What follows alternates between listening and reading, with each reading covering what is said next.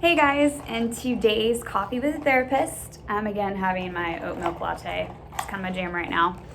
I wanted to go into talking about how to succeed with adult ADHD. First things first, I think we need to differentiate ADHD from some other diagnoses because there's a lot of times that it gets a little confused. ADHD can get mixed up with PTSD.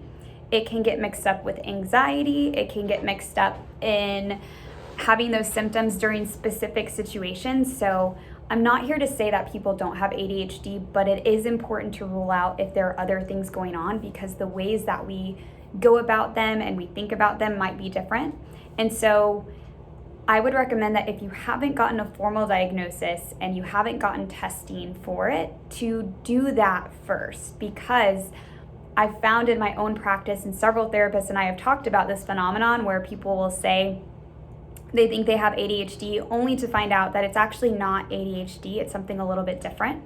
ADHD tends to have a biological genetic component as well, so it may be something that you inherit from your family system. But that being said, we can also inherit ways of being, ways of being anxious, ways of responding like we have PTSD.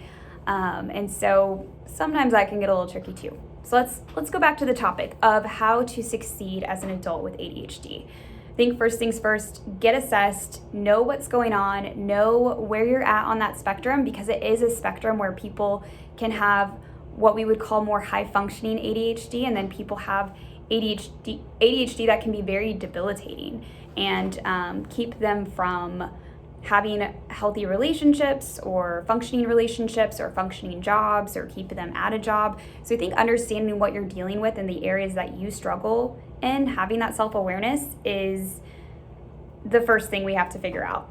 Once we know the areas we have struggle in, it's important that we do what we can to create systems for ourselves that set us up for success. And that we also do the other parts of treatment, like, if necessary, seeing a psychiatric medication manager and working with a therapist. Now, I'm not anti-psychiatric meds whatsoever, and I tell people try the other things first, or at least try them in conjunction, because what a lot of people do is when they have something like ADHD, they just go and try to take meds and think that's gonna fix everything. It usually doesn't. There's usually other parts that we have to work on. And with ADHD in particular, it's very helpful to use the creative and good parts of ADHD to your advantage to, again, create systems that will set you up for success. So for instance, I've seen with clients that it can be simple things, and this sounds so silly, but having a place in the house where they keep their keys and their phone and having that specific space and building that ritual into their life, because it's going to be a struggle at first usually, is really important. Having certain systems of, how they check their email and leaving things unread if they haven't done them yet. Again, this is going to look different for so many people, so figure out the areas you're struggling in and how that's impacting your work and your relationships, and then tackle those areas specifically. I know a lot of adults with ADHD, they struggle with forgetting tasks. They struggle with getting tasks done on time. They can struggle with being a good listener in their relationship, and so a lot of times their partner can feel like they're not paying attention or they're not listening to them. And so in all of these areas, it's the areas of most struggle that I would encourage you to work with a therapist or a licensed professional to start building skills. It's almost like these areas and these parts of your brain where it might be more balanced for other folks is not as balanced for you. And the only ways that we can kind of create more balance is by taking, psychiatric medication can help. I'm not demonizing it, and I'm not also saying just do that.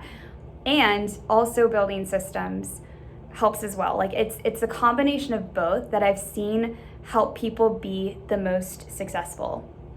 I also want to say that with psychiatric medications, sometimes the stimulants can be very helpful for folks, but try to get a stimulant that is the least, I don't know how to say this. You can work with your medical doctor to figure this out, but I found that a lot of people have had success on non-stimulant medications as well, because sometimes the side effects of stimulant medications can be a little rough, like feeling extra anxious or irritable, having a higher sex drive than normal and that actually causing issues. But mostly the like lack of patience, being more like on a motor, can kind of happen for people if they are on those stimulant medications, and in some cases it can also impact people physically. Again, any medication is going to have its side effects and you need to talk with your doctor about it. But just figuring out, or just I guess putting it out there, that there are other things outside of stimulant medications that are also very effective for ADHD, so you don't have to just do stimulants. And they can kind of have more of an addictive, okay, I'm not going to talk too much about it. I'm like, maybe stay in my lane, because again, I'm not a psychiatrist, but these are just the little things that I've seen and heard being in the therapy community and working with several therapists and medication managers. Just kind of putting that message out there that there are non-stimulant options that people have found to be really helpful. Working through things in therapy and coming up with skills for creating more balance in your brain, and also learning about the strengths of your ADHD too. I think when people think about their struggles with ADHD, they usually only think about the bad stuff. I'd also encourage you to see where are your strengths and where are the things that you can actually use to your benefit in your career and in your relationships, and try to embrace the parts of it that can be good. And I know that might sound silly, because for a lot of people they're like, this is just a nightmare for me. Even in my own previous experience, so I really struggled with an eating disorder in high school. The things that I held on that I had during the eating disorder that I like keep with me still are things like, being, for lack of a better word, being stubborn and being able to have grit and go through hard things. I've kept that part because that was definitely a strength of that. I've also kept the part of me that was super compassionate and that cared about things that were important to me. Like, that's part of what fueled my desire to control things and my shame and other things. Like, there's also beautiful sides of that and parts that we can learn about ourselves. So I think in any disorder, it's also important to realize where are the beautiful parts for me? Where are the strengths? Not that we want to stay stuck in that and then the bad parts, but where are the parts that you might want to hold on to, because that's something uniquely cool and a strength that you have because of the way that your brain works. And lastly, I just want to encourage you. I think it's really cool. I had someone ask me this question. I want to encourage you that you're not alone. There's a lot of folks that struggle in different ways on that spectrum. Some may cross over into being formally diagnosed with ADHD, and some of us may never have ADHD, but we might have tendencies, or we may have things we do because of our anxiety or PTSD that mirror that. I would say still take advantage of what I'm talking about in this video, because just because you're not fully diagnosed with ADHD doesn't mean you can't work on creating more balance in your brain and tackling the different parts that are not functional for you that you also see in the disorder ADHD. So basically, let's not throw the baby out with the bathwater, but let's not also overdiagnose everybody with ADHD, because I feel like that's kind of a trend right now, is that like everybody feels like they have it, which is totally fine. I get that, like, we're in a culture and in a world that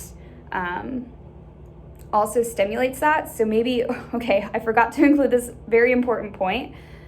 Be intentional about where you put your attention.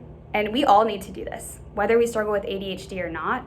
That means being more intentional around social media and how often we use it, having self-boundaries around that, making sure that what we are inputting is creating what we want to output in the world and is in alignment with our values, instead of creating dissonance and frustration and anxiety, or perpetuating a belief that we don't believe in, right? Like, I don't follow certain Instagrams, not because I don't think that, like, I'm not hating on them, but they just don't embody or portray the types of values that I want put out in the world, that I believe in personally. And so I don't follow that stuff. I just let it be what it is.